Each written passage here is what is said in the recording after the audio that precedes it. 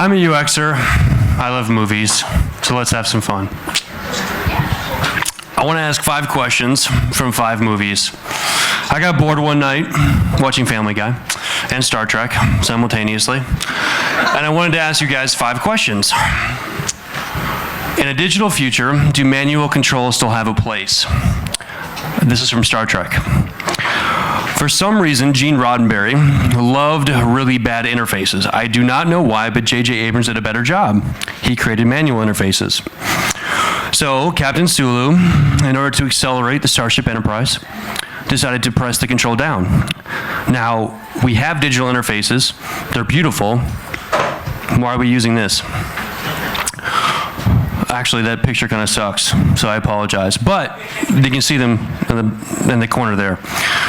So, but again, it kind of asks a bigger question, though, as to why we still have manual controls. Now, there is some intrinsic value in them. When you push on an accelerator and you go fast, or you push a button and you go fast, there's probably a different experience. Your natural brain connections will probably tell you that, ooh, if I press the pedal harder, I go faster. That's a good thing. Now, if I just push a button and go forward, that's not as exciting. Or if I release the hatch and pull it down, and I release 4 people out of an escape hatch or go flying up in space, that's a lot more exciting than just push and go. So I wanted to ask the question: is there any intrinsic value in manual controls? The second question I had is, are voice command-based interfaces more effective when they have a sense of humor?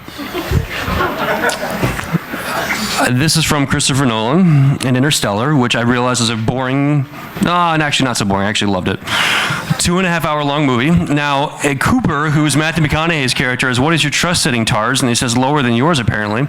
Now, is there any intrinsic value in making interface more humanoid?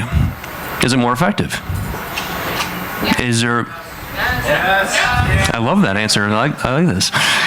Everybody good? Plenty of slaves for my robot colony, as TARS would like to say, while on Mars.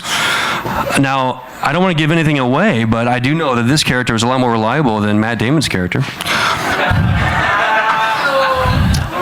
The third one is, when should we be using a 3D map versus a 2D map? I literally found dozens of examples of this, ranging from Star Wars to Star Trek, and I realize that's a very long range.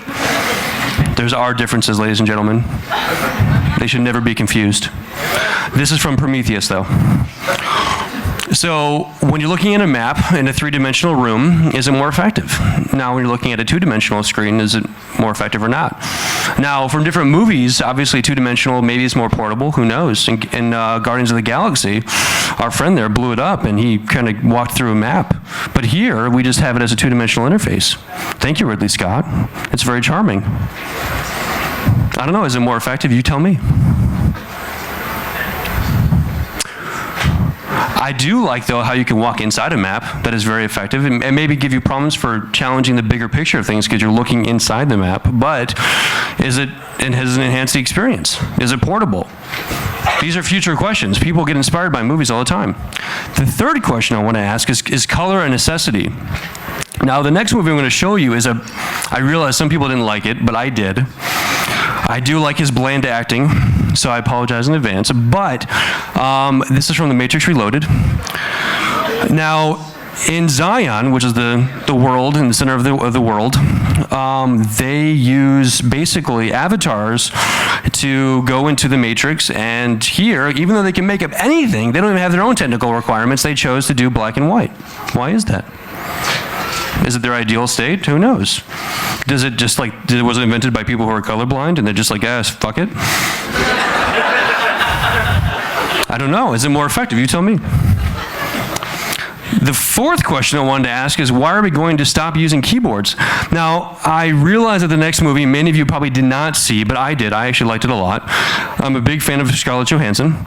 So obviously, my ideal world is an operating system with her voice. Now, if you notice in this movie, though, he stops using a keyboard. Now, for people with accessibility issues who cannot probably have and can't enunciate, this may be a terrifying future. But for me, I just wanted to ask the question, and in the foreseeable future, when do we stop using keyboards? Literally, if you actually look at the entire movie, there's not a single keyboard. It's actually kind of a scary thought. But there is Scarlett Johansson. So, I don't know. You choose the better future. So thank you so much for listening. I love movies, so if you ever want to talk about some more, let me know. But if you want to look me up on Twitter, it's @JRampton, or just find me. I'm the tall white bald guy in the back of the room. So thank you very much.